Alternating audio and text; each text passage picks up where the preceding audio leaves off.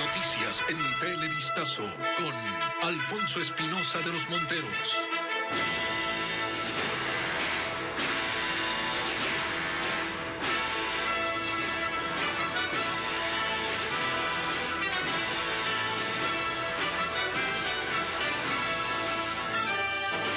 Buenas noches, amigos, y una buena semana para todos.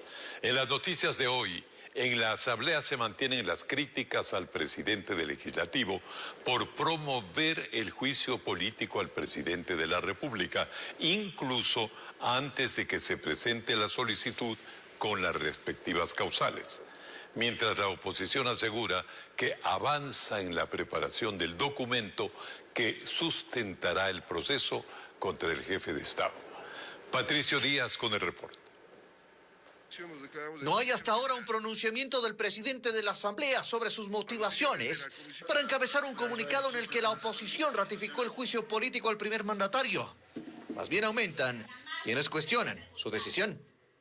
Pero ¿qué podemos esperar de alguien que anda pescando a río revuelto y anda soñando ya en sentarse en la vicepresidencia de la República? También el día de mañana van a aparecer también con el juicio político en contra de Borrero. Entonces, ¿qué pretende el señor presidente de la Asamblea Nacional? Él ser el presidente de la República de todos los ecuatorianos. Pero aunque el presidente no se pronuncie, sí tiene quien lo defienda. En el caso de un enjuiciamiento político al presidente, no asume el presidente de la Asamblea, asume el vicepresidente. La Constitución es clara. Entonces, claro, porque vieron la firma en el comunicado del doctor Saquicela, comienzan ya con esas teorías de la conspiración. Falso, ecuatorianos.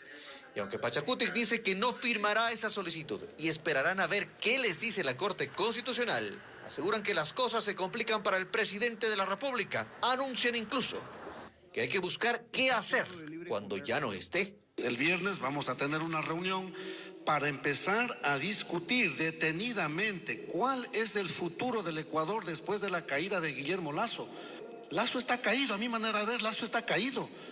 La gran pregunta es ¿qué se viene para los ecuatorianos después? En Izquierda Democrática, ¿no están de acuerdo? Pero por favor, ya dejemos de estarle vendiendo humo al país, ya no le mintamos más al país. ¿De qué juicio político? Pero si ni siquiera han presentado ninguna denuncia en contra del presidente de la República. El Pleno de la Asamblea retomará sus sesiones presenciales en Quito este martes. La Asamblea Nacional analizará si levantan la reserva de un informe entregado por la Superintendencia de Compañías en el que se develarían presuntos vínculos de políticos ecuatorianos con la mafia albanesa. En el Legislativo también buscarían levantar la bitácora del Palacio de Carondelet para las investigaciones. El superintendente de Compañías entregó el informe de su investigación tanto a la comisión del caso Encuentro como a varios asambleístas. Ellos debían mantenerlo reservado. Pero ahora el legislativo quiere que ese documento sea público y tiene prevista una sesión para este martes con el fin de levantar la reserva, pues la ley así se los permite. Que esto se haga público a fin de parar ese show y de una vez por todas saber cuáles son los nombres que aparecen en ese famoso informe reservado. Desde el correísmo esperan que el contenido del documento ya público aporte a la causal que perfeccionan con el fin de fiscalizar al presidente de la República. Más adelante servirá seguro en el curso del juicio político en calidad de prueba. Esto es importante porque es la información que sustenta, entre otras cosas, los nexos alrededor del presidente de la República. Antes de acabar ese informe mal hecho, desnutrido de verdad, debían haber levantado la reserva de esos documentos para tener más información y poder realizar un informe medianamente responsable. Reitero, aquí todo es al revés. El superintendente de Compañías, de su lado, reconoce la facultad de la Asamblea para levantar la reserva, pero advierte sobre los efectos que esto conllevaría para él, su familia y los investigadores de la entidad. La integridad física de nosotros, de quienes hacemos la superintendencia de compañía, no es solo del superintendente, sino también de nuestras familias. Existen otros mecanismos por los cuales todos los asambleístas podrían enterarse de la información. Además dice que existe otro efecto sobre las investigaciones que nazcan de ese informe. Cualquier proceso que se haya iniciado, que esté por iniciarse o que se pudiera deducir de la información que está, pierde absolutamente la oportunidad de poderse llevar adelante.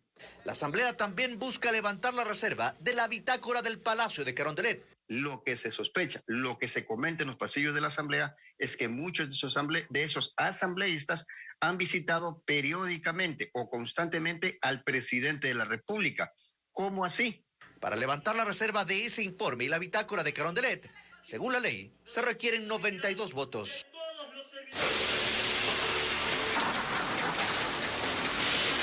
Impacto invernal.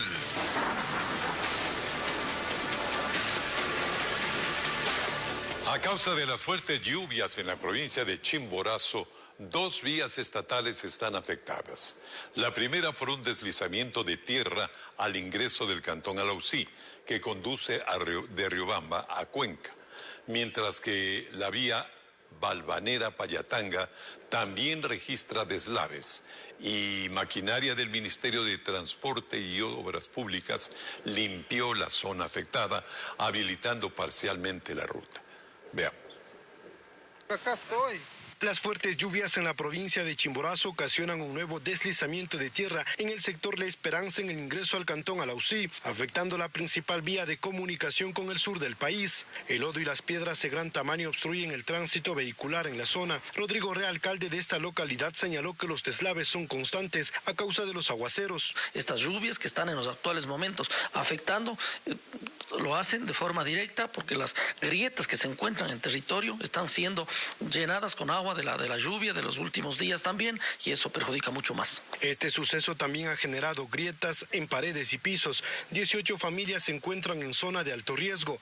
Jessica Quesada es una de las afectadas y dice que su negocio está por destruirse a causa de los asentamientos de tierras. Este es mi sustento de sobrevivir con mis hijos para darles la educación, alimentos, todo eso. No se puede descansar como es debido, porque tenemos que estar pendientes. Dios no quiera un rato de la desgracia para poder salir con nuestros hijos. Las lluvias en Chimborazo asimismo han causado daños en la vía Balvanera-Payatanga-Bucay. Durante el fin de semana se han registrado varios deslizamientos en el sector de Santa Marta y Hierbabuena del cantón Payatanga. David León, alcalde, mencionó que varios son los tramos afectados por el invierno. A la entrada de Trigoloma, después de Trigoloma, antes de llegar a los Santiagos y después de los Santiagos es desastroso. Pero de ahí si ponemos a viajar por toda la vida, es puro huecos y puros obstáculos. Maquinaria del Ministerio de Obras Públicas realizan trabajos de limpieza. Hasta el cierre de este informe, la vía que conduce de Colta a Bucay está parcialmente habilitada, mientras la vía Riobamba-Suay está cerrada. 7 cantones a nivel nacional se encuentran en emergencia por las fuertes lluvias en el país. En Guayas, cantones como Milagro habilitaron albergues para los damnificados, mientras que otros puntos de esta provincia, la crecida de ríos provocó daños en puentes y más comunidades. José Carlos Alvarado nos trae un balance de lo ocurrido hasta el momento por el invierno, que ya registra más de 14.000 afectados. Desde el aire se puede dimensionar la emergencia que vive Milagro. Sus habitantes padecen los severos efectos de las fuertes lluvias desde el jueves de la semana anterior. En su casco urbano, sectores como Bellavista, Unidas Norte y más quedaron inundados. Miembros de equipos de rescate han realizado por lo menos 120 evacuaciones en botes, mientras ruegan que el nivel del agua baje. Claro, sí, ya tenemos nosotros por lo menos casi 5 días que comenzó a desbordar el río y llegó el agua hasta acá, entonces ya no se puede elaborar aquí. Por eso en este cantón se ha habilitado un albergue en donde 140 damnificados tendrán que pernoctar hasta que reciban ayuda luego de los daños de sus casas. La prefectura del Guayas explicó por qué todo se complicó en Milagro tras el golpe invernal. Por lo que se han juntado 2 causas importantes de los afluentes, pues, y que toda esta zona de influencia se han roto los muros y que ha llegado inclusive pues, a la zona urbana. Por el invierno, 7 cantones se han declarado en emergencia en todo el país. Específicamente son las ciudades de Milagro y Yaguachi en la provincia del Guayas, Chona en Manabí, Salinas y Santa Elena en la península. Montalvo en la provincia de Los Ríos y Nangaritza, ubicado en Zamora Chinchipe. El último reporte de la Secretaría Nacional de Riesgos contabiliza 313 damnificados en el país, quienes son los que perdieron más de la mitad de sus bienes o su medio de vida. Pero hay 14.366 afectados en mayor y menor medida por las lluvias. Decenas de ellos son los que también dependían de estructuras que han colapsado por las lluvias. Al menos 6 sectores de este punto entre Durán y Yaguachi han resultado afectados por el colapso parcial de este puente. Esto ha sido provocado por el incremento del agua del río Bulubulu, que es uno de los 7 afluentes que se han desbordado con las últimas lluvias en la provincia del Guayas. Los pobladores de recintos cercanos aseguran haber avisado sobre problemas en la estructura antes del invierno. Estaba pidiendo para hacer un enrocado y dejaron, no le pusieron mucho asunto. Tiene todos los informes y los pedidos que se hicieron para que este puente fuera arreglado, pero hasta el día de hoy no ha sido tomado en cuenta. La prefectura justifica que los problemas vienen desde su construcción, debido a que los estribos que sujetan su estructura no estaban bien colocados. Pero que lamentablemente no poseía esa protección. Si no posee esa protección, pues en el momento de la construcción, no como labor de mantenimiento per se, porque eso debe nacer desde la construcción de la infraestructura, lamentablemente pues surgen estos inconvenientes. Por ahora la estructura del puente no será intervenida mientras exista riesgo de más lluvias, como ha pronosticado el INAMI para los próximos días en el litoral. Ya se ve, pues, las lluvias afectan a varias carreteras y territorios amplios del país. Juan Carlos Espro ahora nos tiene más imágenes. Si van a viajar por vía terrestre en las próximas horas, presten atención a esta información. En la provincia de Chimborazo, la vía Riobamba-Cuenca está cerrada debido a un derrumbe en el sector de Alausí. Mientras que en Bolívar, la vía San Miguel-Balsapamba ya está parcialmente habilitada tras un deslave en el sector conocido como La Ceiba. Mientras que en Azuay se mantiene cerrada la vía Cuenca-Girón, Pasaje, Machala, incluso hasta la zona de Gramalote, específicamente en el kilómetro 112. ¿Qué pasa en la costa ecuatoriana? En el cantón Montalvo, en la provincia de Los Ríos, la avenida 25 de abril en estos momentos permanece cerrada tras el colapso del puente La Vitalia ocurrido este fin de semana. En la provincia de Napo, la vía El Chaco-Lago Agrio está cerrada por condiciones climáticas y trabajos, mientras que la ruta San Luis hasta el túnel de la hidroeléctrica Coca-Codo-Sinclair está inhabilitado por el colapso de un puente producto de la erosión del río Coca en estos momentos. De hecho, hace pocos minutos se informó que en Pichincha, la vía Aloac-Santo Domingo, una arteria vial importante que conecta a la sierra con la costa ecuatoriana, fue cerrada producto de varios deslizamientos de tierra. Mientras tanto, los efectos del ciclón Yaku, que la semana pasada afectaron a una parte de la costa ecuatoriana, llegan ahora a la ciudad de Lima, en Perú, donde 25 casas fueron destruidas por un río desbordado. El fenómeno ha causado estragos en ese país, principalmente en la zona norte, donde 6 personas murieron y centenares quedaron damnificadas.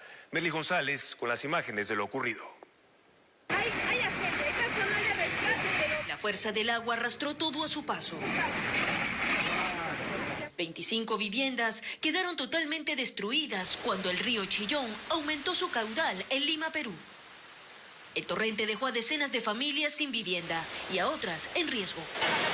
La situación es parte de los devastadores efectos del ciclón Yaku, que ha provocado intensas lluvias desde la semana pasada y que ahora se sienten en la capital. El fenómeno ha dejado a su paso comunidades enteras semisumergidas como esta, donde decenas de personas quedaron atrapadas. Aunque se caen las casas, es algo que la naturaleza está bueno. Queremos la calzada, mírala. ¡Hey! En muchos lugares el nivel del agua supera el metro de altura, dejando a los residentes con grandes pérdidas materiales. Perdido, todo perdido, sí. En vez de salirme para afuera, me subí acá arriba y aquí estoy. Incluso para sepultar personas, los familiares han tenido que cargar los féretros en medio de la inundación.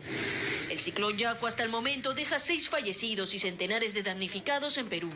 Según los servicios meteorológicos, el fenómeno se está desplazando hacia el sur de ese país, extendiendo la alerta por lluvias a toda la zona costera.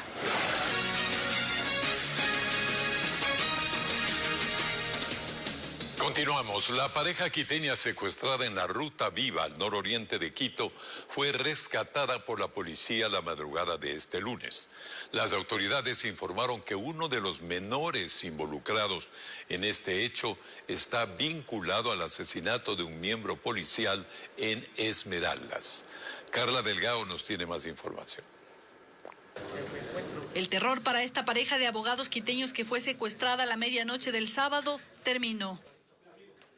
Este lunes se reunieron con sus familiares luego de que grupos de élites de la Policía Nacional lo rescataron.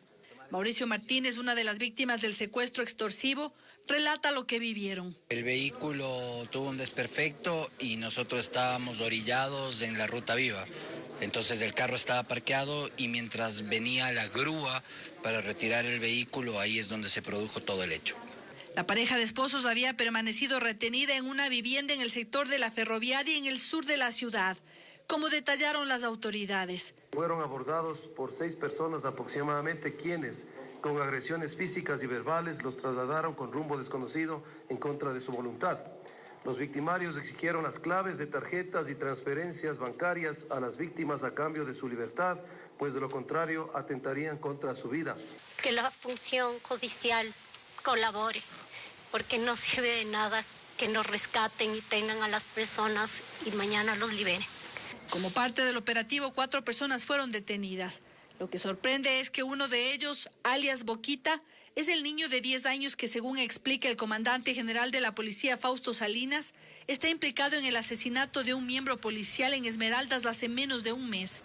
Es un menor de edad, es inimputable, de todas maneras al momento se encuentra aislado, está bajo custodia de la DINAPEN y será también para pasar a un proceso en el Tribunal de Menores. El menor, según señalaron, pertenece a la banda de los Lobos y había sido liberado por un juez hace algunas semanas, otorgándole medidas sustitutivas. Según datos de la Unidad Antisecuestros y Extorsión UNACE, en lo que va de 2023 se han registrado 22 casos de secuestros y todos han sido resueltos.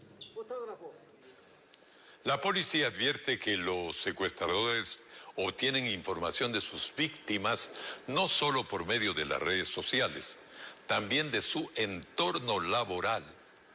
Melin Ochoa nos presenta algunas recomendaciones, como por ejemplo no circular por la misma ruta, llevar las tarjetas de crédito que sean estrictamente necesarias. En fin, en lo que va del año ya se han registrado 24 secuestros. Melin Ochoa con más información. Explicamos los consejos de la policía por medio del secuestro de una familia que sucedió el pasado 9 de marzo en un patio de comidas en la vía La Aurora Guayas. Los delincuentes los llevaron hasta el negocio familiar y ahí se sustrajeron $70,000 de la caja fuerte. Pero, ¿cómo los delincuentes tenían información tan específica e íntima de sus víctimas? El director nacional de la Unidad Antisecuestros dice que para disminuir los riesgos es importante no dar a conocer la situación económica al entorno laboral ni a los allegados, porque estos datos pueden ser filtrados a los secuestradores. Conocer e identificar plenamente tanto a los empleados como a los vecinos que los rodean, no realizar retiros cuantiosos de dinero, que esto también es una forma de atraer la atención de los delincuentes. Los uniformados también recomiendan no publicar información personal en las redes sociales y evitar llevar altas sumas de dinero o tarjetas bancarias. Sí, evidentemente nosotros podemos separar las cuentas bancarias y tener una cuenta bancaria para nuestros gastos personales y una cuenta en la que nosotros mantengamos el dinero que tenemos de producto de nuestros ahorros. Será importante que esa cuenta de ahorros se mantenga a buen recaudo. Entre uno de los consejos más relevantes está el cambiar la ruta entre la casa y la oficina. Tomar las rutas más transitadas, evitar los espacios despoblados, fijarse en los retrovisores, mantener con seguro las puertas de sus vehículos. Pero, ¿cómo operan estas redes delictivas? Según los agentes está el que identifica a las víctimas, también el que busca información de las redes sociales, luego el que hace el seguimiento, los que secuestran y el que llama y pide el monto de la liberación. Ellos tienen una estructura. Hay personas que se dedican a conseguir el dinero ilegal bajo estas extorsiones, bajo el secuestro. ¿Para qué? Para que la organización criminal se mantenga. En lo que va del año, en Ecuador, 24 personas han sido secuestradas. 2 de ellas aún no han sido liberadas. La información es reservada. Mañana martes, la Presidencia de la República ofrecerá disculpas públicas a la familia del excomandante de la FAE, Jorge Gabela, en cumplimiento a la orden de la Corte Constitucional. El oficial, quien se opuso a la compra de los helicópteros DRUF durante el gobierno de Rafael Correa, fue asesinado en el 2010. Paul Romero con el tema. Este martes en el Palacio de Carondelet, la función ejecutiva ofrecerá disculpas públicas a Patricia Ochoa, viuda del excomandante de la Fuerza Aérea Jorge Gabela. Esto por la desaparición del denominado tercer producto de la investigación realizada por el perito Roberto Mesa, en donde constarían los nombres de los presuntos autores intelectuales de la muerte del oficial. Realmente creo que es satisfactorio por parte nuestro, de la familia, saber que se va a cumplir sin restricción alguna lo que ordenó la Corte por parte de la Presidencia. El denominado tercer producto desapareció en manos del Comité Interinstitucional de Ministros que creó el gobierno de Rafael Correa para investigar este caso. Dicho comité concluyó: el robo a Sofía Gabela tuvo como consecuencia la muerte del general Jorge Gabela Bueno, siendo este el verdadero móvil del crimen. Pero esta conclusión fue rechazada por la viuda de Gabela. El excomandante de la Fuerza Aérea fue asesinado en su casa en diciembre de 2010. Patricia Ochoa atribuye el crimen a las denuncias que hizo su esposo sobre irregularidades en la adquisición de 7 helicópteros DRUF por $49 millones, de los cuales se accidentaron 4. El peculado va a descubrirse. De eso estoy convencida. Hay suficientes pruebas de ello. Y yo creo que es en honor a esa gente que perdió la vida en esos helicópteros, a esa gente que quedó discapacitada, al dolor de esos familiares que perdieron a sus seres queridos. Por el asesinato del general Gabela, 5 personas fueron sentenciadas como autores materiales y cómplices, 3 a 25 años de cárcel, 1 a 12 años y otro a 2 años y medio. Los 2 últimos ya están libres. Patricia Ochoa asegura que existen autores intelectuales del asesinato. Además, la Corte Constitucional dispuso al gobierno que integre un comité para que se contacte con el perito Mesa y recupere el informe en donde constarían los nombres. La paralización del servicio de transporte público urbano y rural afectó a al menos 200.000 residentes en la ciudad de Ambato, en Tungurahua. Hay incertidumbre, pues la medida de hecho podría extenderse en medio de advertencias y sanciones por parte del municipio. Fabiola Santana nos informa. Las paradas de buses lucieron llenas de usuarios que esperaban lo que no llegaría, el transporte público urbano y rural. Más de 500 buses del gremio ambateño se paralizaron en demanda del alza de la tarifa de pasajes, lo que no es apoyado por los pasajeros. O sea, tiene que llevar todos cómodos a toda la gente, no. No estaba tan bueno, pues que sube, tiene que mejorar el servicio también. Desde muy temprano, vehículos privados, camionetas tipo taxi, servicio escolar y otros medios de transporte se activaron para desplazar a 200.000 pasajeros afectados, según el municipio. Está bien mal, pues por lo que no están trabajando los buses, ya nos toca gastar ya el doble el pasaje ya. 50 centavos nada más, es lo que todos están cobrando. En Ambato la competencia de tránsito la tiene el municipio. El Consejo Cantonal trabaja en una ordenanza para incrementar el pasaje de 30 a 35 centavos. Los transportistas quieren que sea de 40 centavos. Y nosotros tenemos derecho de ser revisados nuestra tarifa del pasaje. El alcalde de la ciudad llamó al diálogo y advirtió que tomaría medidas administrativas y, de ser el caso, penales. Condeno algunas agresiones, ¿sí?, a varias unidades que decidieron salir y lastimosamente de algunas personas se les ha lanzado piedras, insultos. Hasta la tarde de lunes, los transportistas esperaban disposiciones de sus dirigentes en el Parque 12 de noviembre. Se prevé que la medida sea indefinida. Cuando el país suma 54 casos de leptospirosis, siendo la provincia del Guayas la más afectada, las autoridades de salud advierten cuáles son las vías de contagio de esta enfermedad y cómo se puede prevenirla. Bessie Granja tiene el informe. En el dispensario de salud número 3, ubicado en el sur de Guayaquil, Leticia Pozo escucha con atención la charla de los médicos sobre cómo prevenir un contagio de leptospirosis. Incluso a ella le muestran cómo lavar bien sus manos, como una de las formas para prevenir el desarrollo de esta enfermedad. Bueno, sí, ahora que estuvieron socializando, entendí que se la puede confundir con cualquier otra enfermedad, como el dengue, pero la particularidad en este caso es que la piel se pondría amarilla y los ojitos amarillos. Es así que el Ministerio de Salud realiza una campaña para educar a la población sobre qué es la leptospirosis, ante un brote que se registra actualmente y que ocasionó el primer fallecimiento en Santo Domingo de los Áchilas. Allí, en cambio, autoridades locales intensifican su programa de desratización, que abarca a centros de salud, mercados municipales y locales de comida. También queremos hacer un llamado de atención, ya que los animalitos pueden ser transmisores de esta enfermedad. Necesitamos que la gente también tome un poquito de conciencia, ya que los animalitos tienen que tener sus vacunas. Según cifras oficiales, en el país se registran 54 casos de leptospirosis. 32 en Guayas, 9 en Manabí, 5 en Santo Domingo de los Áchilas y el resto en otras provincias. La mayoría de los contagios en Guayas se centran en Durán. Donde se encuentran los mayores casos es fácil debido a las condiciones de los terrenos, aguas estancadas, sucias, la basura normalmente se acumula también. El contagio se produce por el contacto directo con la orina de ratas o animales domésticos infectados, como perros, cerdos, vacas, entre otros. Las bacterias llamadas leptospiras ingresan por la piel lesionada. Los médicos advierten que ante cualquier síntoma de alerta, no automedicarse y lavar bien con agua y jabón en caso de tener contacto con agua estancada. Los préstamos entregados a través de tarjetas de crédito aumentaron en un 25% en el 2022, según datos de la Asociación de Bancos del Ecuador.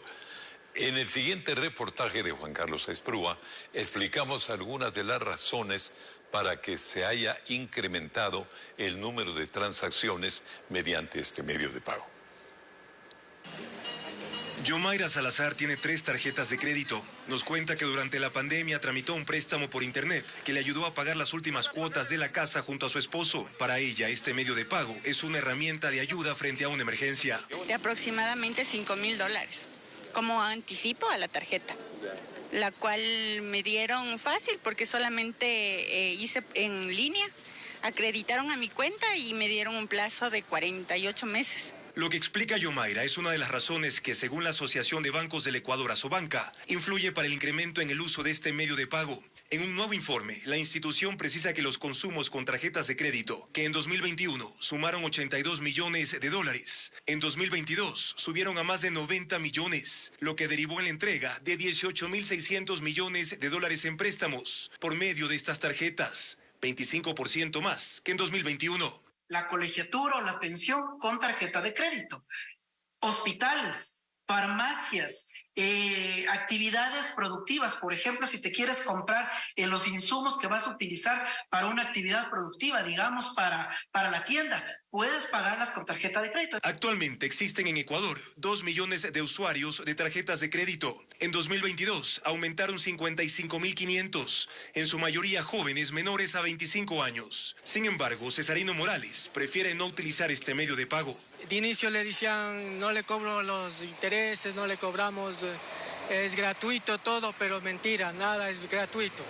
Al final del tiempo le cobran todo. Desde la Asobanca se explica que para una mayor inclusión de tarjetavientes es importante la revisión del sistema de tasas de interés. Porque si bien es cierto, se ha logrado incluir a 55,000 tarjetavientes nuevos durante el año 2022, se habría podido hacer más con mejor política pública en tema de tasas de interés, en tema de tarifas de servicios financieros y en digitalización. El informe de la Asociación de Bancos señala también que la mayoría de los usuarios de las tarjetas de crédito prefiere pagar de forma diferida las operaciones financieras que realizan.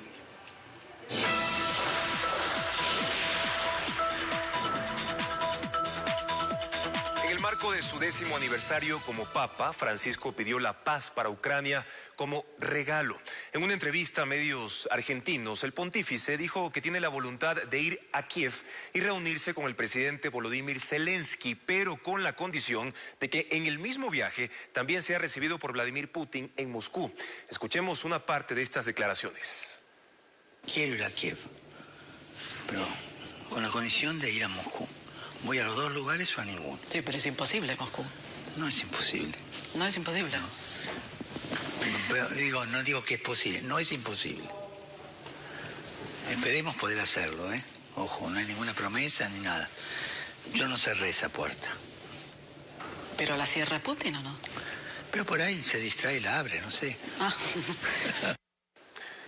Y es que el Papa Francisco cumple hoy 10 años frente a la Iglesia Católica. Jorge Mario Bergoglio fue elegido en reemplazo del alemán Benedicto XVI, el primer papa que renunció a su cargo desde la Edad Media.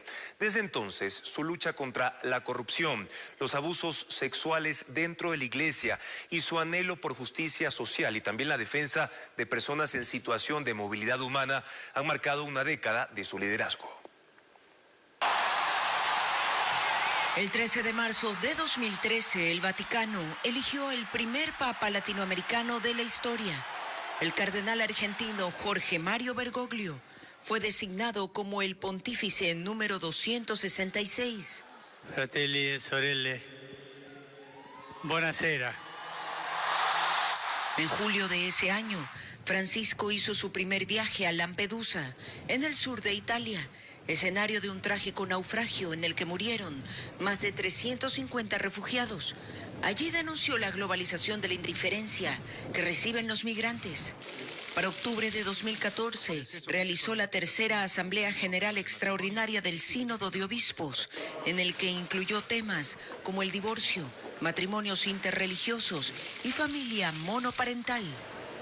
Entre sus múltiples periplos, en 2017, Francisco visitó Ecuador como parte de una gira que lo llevó también a Bolivia y Paraguay.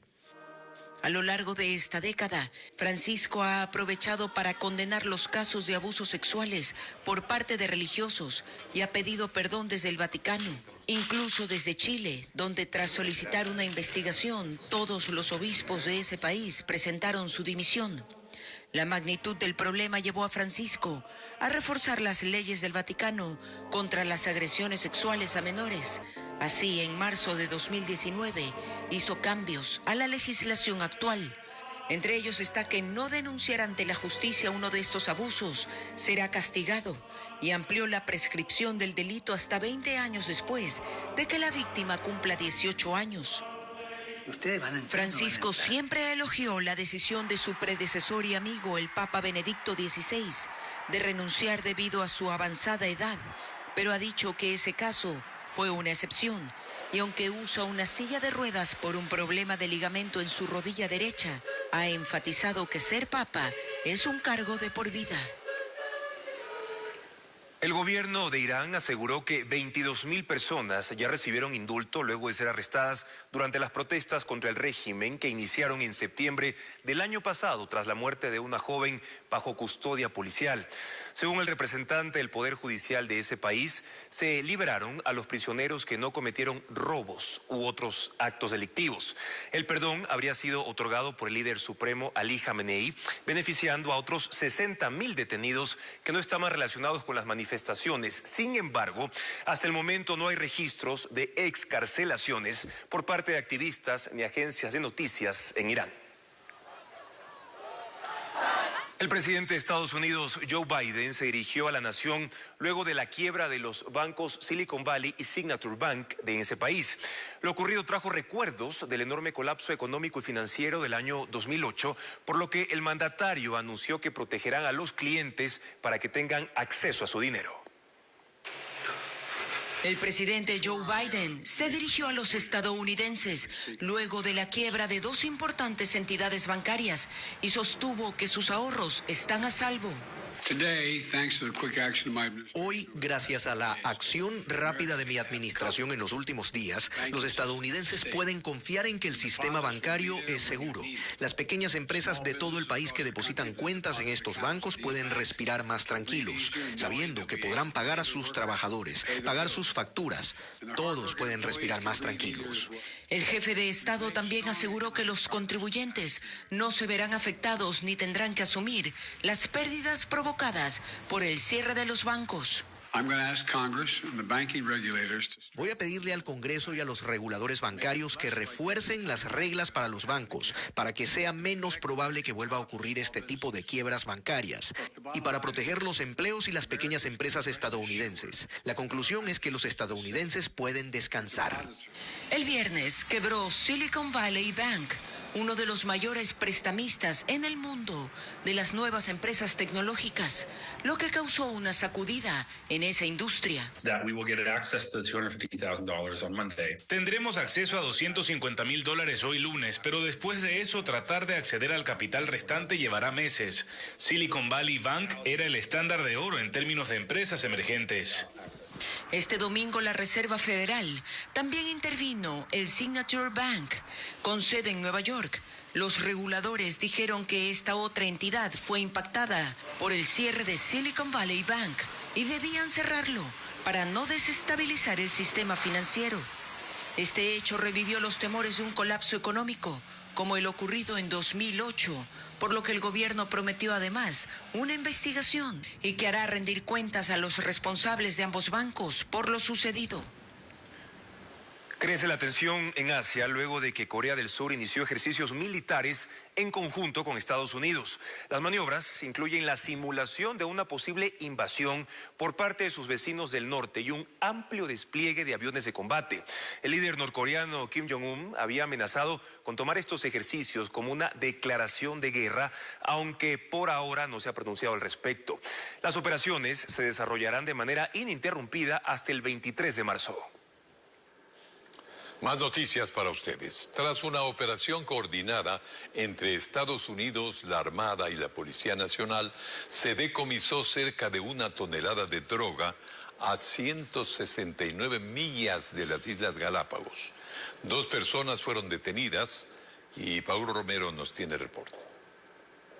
La operación se denominó Pacífico y se ejecutó al sureste de las Islas Galápagos. El seguimiento e interceptación se realizó el 11 de marzo a 169 millas náuticas a una embarcación de fabricación ecuatoriana de nombre María Isabel mientras navegaba por el corredor internacional con destino a Centroamérica. La droga incautada llegó este lunes a la isla San Cristóbal.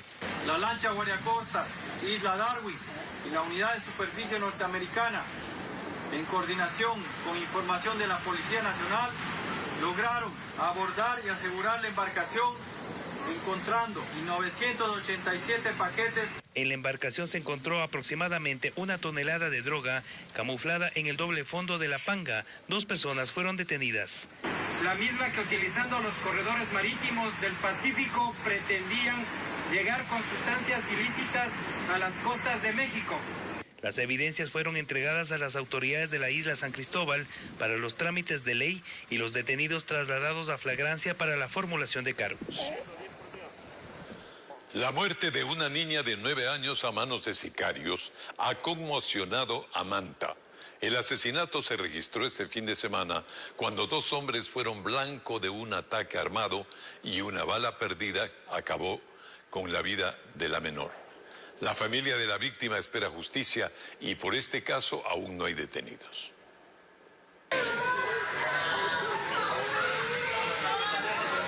La noche del sábado, 2 hombres que conversaban en un callejón del barrio 8 de enero de Manta fueron atacados por sicarios. Los criminales llegaron en automóvil, se bajaron y dispararon. Uno de sus blancos murió y el otro resultó herido. A pocos metros de la escena estaba Lía Francesca jugando fuera de una casa con un celular y en compañía de otra niña. La pequeña de 9 años estaba de visita en el sector y fue alcanzada por una bala de fusil. La abuela cuenta que de camino al hospital murió. En mis brazos, mija, hasta el último suspiro en mis brazos. En mis brazos murió mi hija. A Lía la recuerdan como una niña feliz pese a que su vida estuvo marcada por la tragedia. Su padre fue asesinado hace casi 2 años y su madre lleva 8 años internada en el Hospital General de Manta con diagnóstico de mielitis transversa, una enfermedad que la mantiene postrada en una cama. Lo de mi hermano quedó impune. Espero que lo de mi sobrina no quede así. Hoy día lloramos a mi sobrina porque nos deja un dolor inmenso en el alma.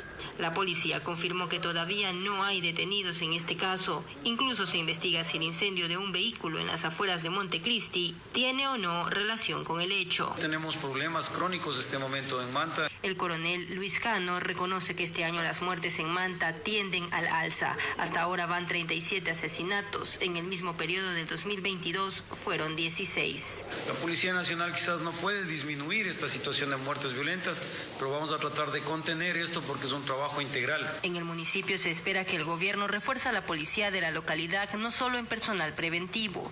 La vicealcaldesa dice que se necesitan más agentes en las unidades de investigación. El año pasado por lo menos teníamos cada 10 muertes un caso resuelto. Este año ningún caso resuelto, y esto es por la falta justamente de personal en las unidades de criminalística, INASEC, Policía Judicial, que deben de trabajar de la mano, además de la falta de equipamiento. Hasta ahora Manabí reporta 109 muertes violentas y Manta es el cantón que encabeza las estadísticas. Entre las víctimas se cuentan a inocentes como Lía, quien fue sepultada la tarde de este lunes en medio del dolor y el pedido de justicia.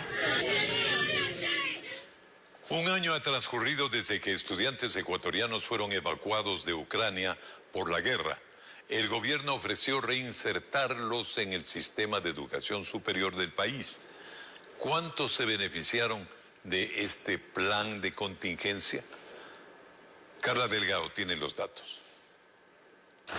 No fueron pocas las personas que retornaron a Ecuador desde Ucrania en vuelos humanitarios gestionados por el gobierno, tras huir de la guerra en marzo del año pasado. Para ser específicos, 588, la mayoría de ellos estudiantes, a quienes el gobierno ofreció reintegrar al sistema de educación superior del país.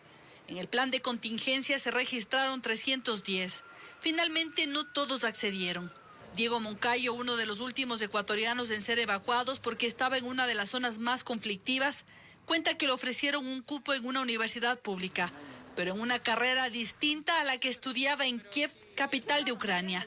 Yo estaba estudiando filología, que es una rama similar a la lingüística que aquí le llaman, solo que considero que se equivocaron de carrera porque me ubicaron en filosofía. Por lo que decidió rechazarlo. Y ahora sigue sus estudios en una universidad privada. Carlos Vilela, otro de los estudiantes evacuados, cuenta que aunque le ofrecieron un cupo, ha preferido insistir en terminar su carrera de ingeniería fuera del país. Tenía la esperanza de regresar para poder terminar la carrera. Lamentablemente, pues como saben, la situación se ha alargado y se ha complicado, por lo cual he tomado la decisión de terminar la carrera en otro lado. Desde la Secretaría de Educación Superior, Ciencia y Tecnología, CENESID, explicaron que 108 estudiantes aceptaron los cupos. Eran los jóvenes que habían culminado su primer semestre al menos, y pues que ya estaban en tercero, cuarto, quinto, séptimo semestre y que pues tuvieron que retornar. Al menos el 50% de los cupos asignados fue para la carrera de medicina. Pero también se habría gestionado ayuda para otro grupo, según señala.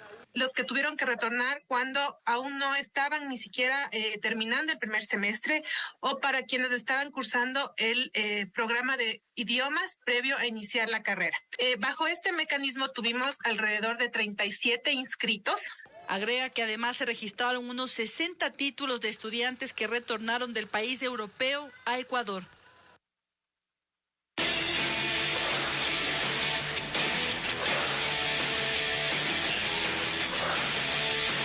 Llega a ustedes gracias al auspicio de Mastercard Debit de Banco Guayaquil. Amigos, Félix Sánchez Vaz fue presentado oficialmente como el nuevo entrenador de la selección ecuatoriana de fútbol. En el siguiente informe les mostramos los cambios que realizará en el estilo de juego de la Tri, mientras que su debut será en los compromisos por la fecha FIFA de marzo ante Australia, el 24 de marzo y el 28 del mismo mes, en los compromisos que se jugarán en Oceanía. Revisemos los detalles. Félix Sánchez Vaz recibió la camiseta de la selección nacional como el símbolo de su vinculación oficial a la Tri. Su contrato será hasta la temporada 2026. Desde el inicio ya establece diferencias con el cuerpo técnico anterior y asevera que buscará ser protagonista en todos los partidos. Gustaría que fuera un equipo con presión alta y que intentara ser más dominador del juego. Revela que el haber enfrentado a Ecuador en la Copa del Mundo desde el banquillo de Qatar fue clave para tomar la decisión de asumir el cargo. menciona que intentará conocer rápidamente el proceder del futbolista ecuatoriano. Pues nosotros queremos aportar nuestro grano de arena, nuestra experiencia, nuestro conocimiento. Los dirigentes aseguran que la contratación del estratega español pretende pelear un título teniendo como pilar a los jugadores jóvenes. Ahora revisamos junto a ustedes datos del nuevo entrenador de la tricolor que ha iniciado un nuevo proceso. Félix Sánchez Vaz, el entrenador de 47 años, que además tiene un esquema preferido, es el 3-5-2 para jugar en los partidos tanto de local como visitante. Pasó 10 años en La Masía, que es la escuela de formación por excelencia del Fútbol Club Barcelona. Fue campeón de la Copa de Asia, su título más importante en el 2019 con la selección de Qatar, y un dato que no es menor, lo hizo de forma invicta. Arribó a la primera fase del Mundial 2022 y no pudo avanzar jugando como dueño de casa. Incluso rivalizó ante Ecuador. Los amistosos contra Australia tendrán la gran base de jugadores que estuvieron en la Copa del Mundo. Hablamos de la tricolor y los partidos amistosos que mencionábamos.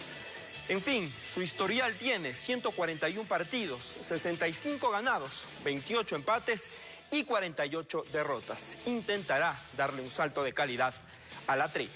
Ahora pasamos a revisar goles del viejo continente, goles de la Liga Europea, y empezamos con el fútbol italiano, donde empezando en el área para resolver de esa manera. Mientras que en la Liga Española, el Atlético de Madrid, con este gol de Álvaro Morata al minuto 91, triunfó con revisión de VAR y fueron 3 puntos para el colchonero.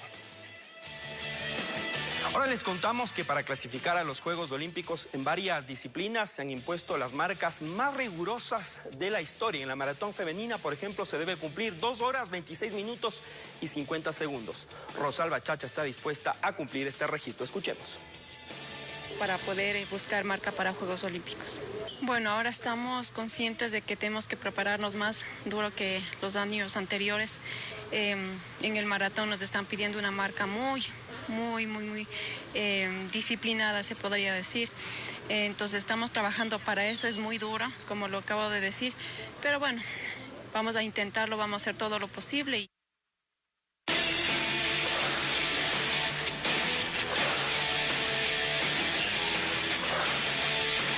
Llegó a ustedes gracias al auspicio de Mastercard Debit de Banco Guayaquil.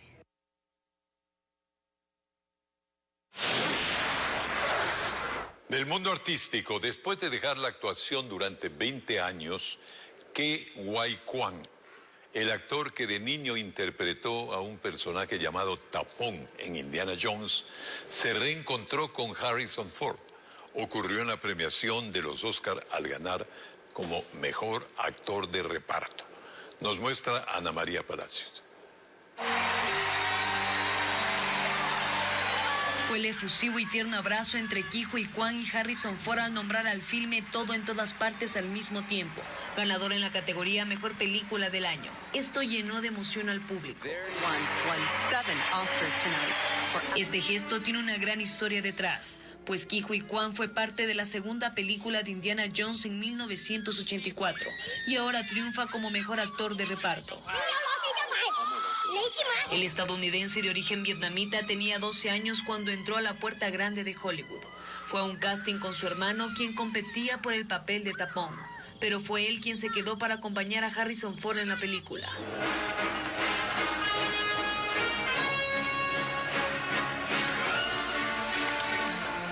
Un año después continuó con su camino en el cine e interpretó a Data en el mítico filme Los Goonies. Mikey, come on, our parents are worried. It's dinner time. También estuvo en varias cintas y series, pero cada vez eran menos, hasta que a principios del año 2000 dejó la actuación y se dedicó al tras cámaras de varias películas. Después de 20 años regresó a la actuación cuando fue captado por los directores de la cinta Todo en todas partes al mismo tiempo, para interpretar al marido de la protagonista.